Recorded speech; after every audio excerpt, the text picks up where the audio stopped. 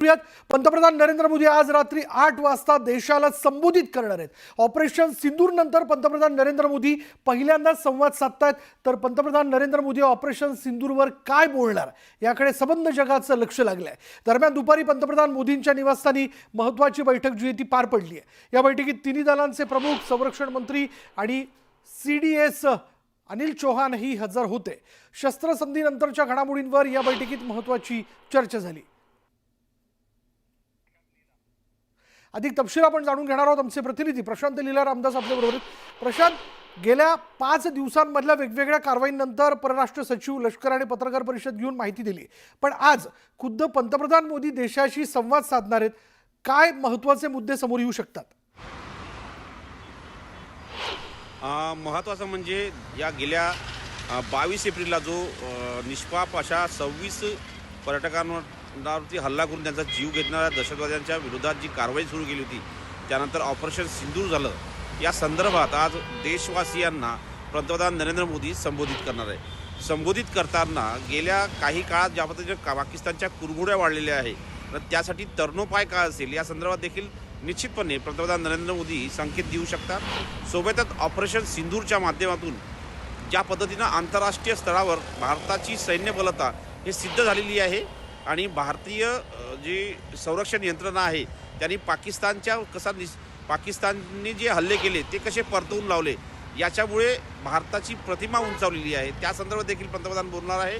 आणि तुर्कीने जो पाकिस्तानला मदत केली आहे, तुर्कीचेच आपण अनेक ज्या पद्धतीनं अनेक आपण त्यांचे ड्रोन पाडलेले आहेत, त्यांचे तंत्रज्ञान कसं फेल ठरवलं या संदर्भात देखील पंतप्रधान नरेंद्र मोदी बोलू शकतात। आणि भारतीय सैन्य, जे भारतीय लष्कर आहे, हे तिन्ही दला मिळून कसं बलाढ्य आहे हे देखील सांगण्याचा प्रयत्न या निमित्ताने पंतप्रधान नरेंद्र मोदी करू शकतात।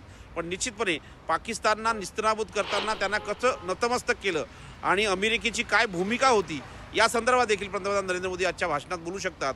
देशाला संबोधित करताना ते काय सांगतात आणि देशाला काय कानमंत्र देतात हे देखील पाहणं अतिशय महत्त्वाचं असेल। विशाल, धन्यवाद प्रशांत या सगळ्या माहितीबद्दल। त्यामुळे बरोबर 8 वाजता पंतप्रधान नरेंद्र मोदी ऑपरेशन सिंदूरबद्दल काय नेमकं बोलतायत याकडे सगळ्यांचं लक्ष असणार आहे। कारण एकूणच या सगळ्या कारवाईमध्ये काही मुद्दे असे आहेत जे खरं तर गेल्या 3-4 पत्रकार परिषदांमधून स्पष्ट झालेले नसतील, ते खुद्द पंतप्रधान मोदी आपल्या बोलण्यातनं स्पष्ट करू शकतात।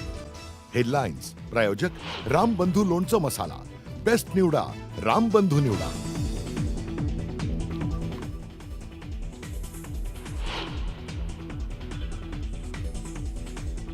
पंतप्रधान नरेंद्र मोदी आज रात्री 8 वाजता देशाला संबोधित करणार। ऑपरेशन सिंदूरवर पंतप्रधान काय संवाद साधणार याकडे देशाचं लक्ष। पाकिस्तानच्या न्यूक्लिअर कमांडवर हल्ला केला नाही, भारतीय लष्कराकडून स्पष्ट। किराणा हिल्सवर हल्ला न केल्याची माहिती।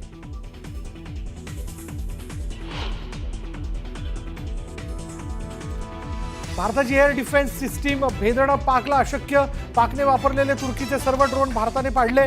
भारतीय सैन्याने दाखवलं पाकवरील कारवाईचे व्हिडिओ आणि फोटो।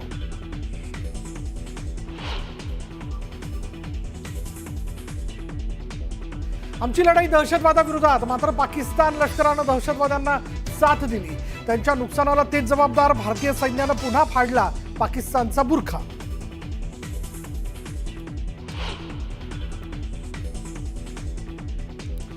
भारत आणि पाकिस्तानच्या डीजीएमओ मधील चर्चेची वेळ बदलली। सायंकाळी 5 वाजता होणार चर्चा। पीओके आणि दहशतवादाच्या मुद्द्यावर चर्चेसाठी भारत आग्रही।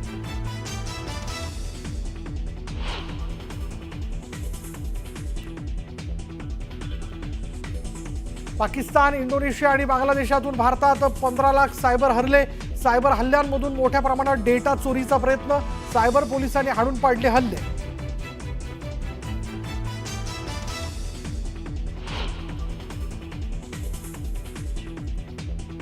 मुख्यमंत्री देवेंद्र फडणवीस ॲक्शन मोडवर। वर्षा बंगल्यावर बोलावलेल्या बैठकीत नागरी सुरक्षेसंदर्भात चर्चा, मुंबईबाबत खबरदारी आणि अधिक समन्वयानं काम करण्यावर भर।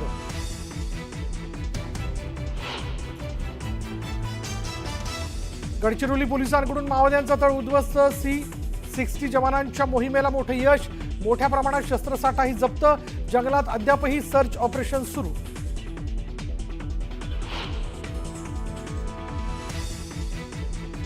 शरद पवार आणि अजित पवार एकाच व्यासपीठावर राज्य शिखर बँकेच्या कार्यक्रमाला लावली हजेरी. राजकीय वर्तुळात चर्चांना उधाण.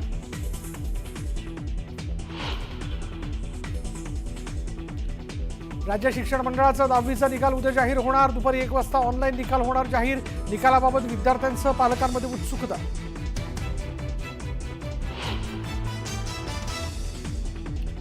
राज्यात अनेक भागात अवकाळी पावसाचा तडाखा. बागलाण भागात ओढे नाल्याला पूर तर नगरच्या पाथर्डीत पावसामुळे जनजीवन विस्कळीत.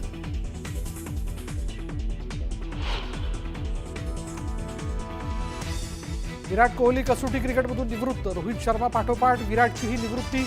इंग्लंड दौऱ्याआधी भारताला मोठा धक्का.